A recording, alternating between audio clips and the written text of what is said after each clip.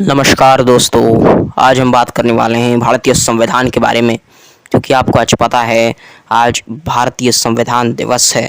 26 नवंबर 2023 का दिन है आज। और मैं अगर बात करूं भारतीय संविधान के बारे में, तो उसके पन्ने पे सबसे पहले लिखा हुआ है इंडिया, डेट इज़ भारत। और साथ ही साथ इसको निर्माण करने वाले थे Baba Saheb doctor Bhimrao Ambedkar. Constitution of India भी कहते हैं हम इन्हें इंग्लिश में, और भारतीय संविधान भी कहते हैं हम इसे हिंदी में।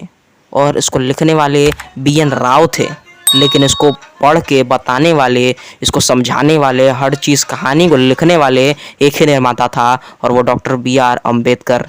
भले ही BN राव के हाथों से लिखा गया हो, लेकिन इस पूरी कहानी का निर्माण सिर्फ एक ही इंसान कर सकता था, और वो पूरे देश में सिर्फ एक इंसान था, और वो है डॉक्टर BR अम्बेडकर। लेकिन ऐसा क्यों था कि BN राव को लिखना पड़ा संविधान? इसके पीछे का भी राज बताऊंगा मैं इस वीडियो में। बने रहिए, इस वीडियो को अंत तक देखिएगा। Baba Saheb doctor Bhimrao Ambedkar drafting committee के चेयरमैन थे ऑफ कॉन्स्टिट्यूशन। जहाँ तक उन्हें इंग्लिश, पर्शियन, जर्मन और लगभग 11 भाषाओं का ज्ञान था, वहीं पर उन्हें संस्कृत का अच्छा ज्ञान नहीं था। वहीं अगर बात करें chairman of the constitution assembly, तो डॉक्टर राजेंद्र प्रसाद थे, वो चेयरमैन थे कॉन्स्टिट्यूशन असेंबली के। वहीं ड्राफ्टिंग कमेटी के चेयरमैन थे डॉक्टर बाबा साहेब भीमराव अम्बेडकर। इन्होंने संविधान को बताया था। हालांकि इनका राइटिंग और संस्कृत अच्छा ना होने की वजह से बाबा साहेब की, इसीलिए BN राव को लिखना पड़ा था। और BN राव ने एक शर्त रखा था कि जब तक उस कॉन्स्टिट्यूशन पर के हर एक पन्ने पे मेरा नाम नहीं होगा, तब तक मैं कॉन्स्टिट्यूशन नहीं लिखूंगा। तो बाबा साहेब डॉक्टर भीमराव अम्बेडकर ने BN राव को कहा कि ठीक है, तुम उस कॉन्स्टिट्यूशन के हर पन्ने पर अपना नाम लिख दो, और मैं उस कॉन्स्टिट्यूशन की हर कहानी को बताऊंगा तुम्हें, और तुम्हें उस अपने हैंड राइटिंग से उस कॉन्स्टिट्यूशन को सजाना है, लिखना है। ये बात मान गए BN राव। और बाबा साहब डॉक्टर भीमराव अम्बेडकर भी, बाबा साहब ने हर एक कहानी को लिखा, हर पन्ने को बताया, और BN राव उसको लिखते गए। बाबा साहब डॉक्टर भीमराव अम्बेडकर को हम लोग जितना भी नमन करें उतना कम है, क्योंकि उन्होंने हमें इतना अच्छा संविधान दिया, जो आजकल 75 सालों से, या कहें 80 साल होने को आए हैं हमारे इंडिपेंडेंस देश को, और अभी तक चल रहा है ये संविधान।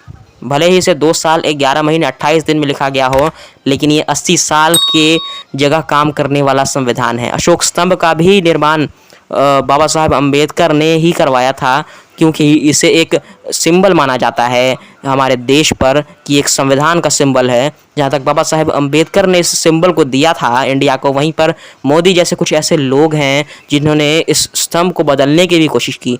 बहुत सारे ऐसे अंधभक्त हैं जो इस कॉन्स्टिट्यूशन को नहीं मानना चाहते हैं आज के दिन, और इसे हटाने की कोशिश कर रहे हैं। लेकिन हमारा ये प्रण होना चाहिए, हमारा ये संविधान जो है, जिससे हम जो आरक्षणधारी लोग हैं, जिससे बहुत सारे ऐसे लोग हैं जिससे पूरा समाज चल रहा है, वो उन लोगों को ये तौर तरीका बनता है कि वो बचाएं इन मोदी जैसे लोगों से, अंधभक्तों से बचाएं इस संविधान को। नहीं तो ये 2024 में अगर आएँ तो संविधान को ज़रूर ख़त्म कर देंगे। लेकिन अभी मायावती जी जैसी और कांशी राम जैसे बहुत सारे ऐसे लोग हैं जो बचा रहे हैं संविधान को।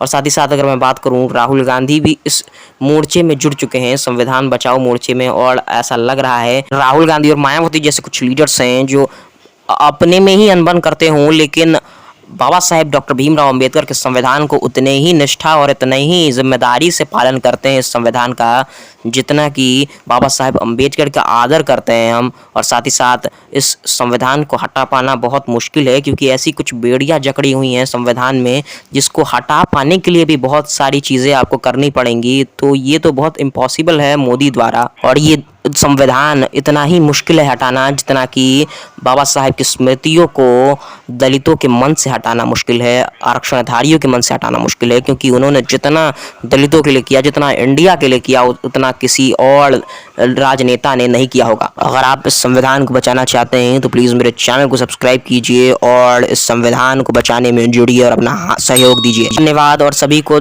संविधान दिवस की शुभकामनाएं।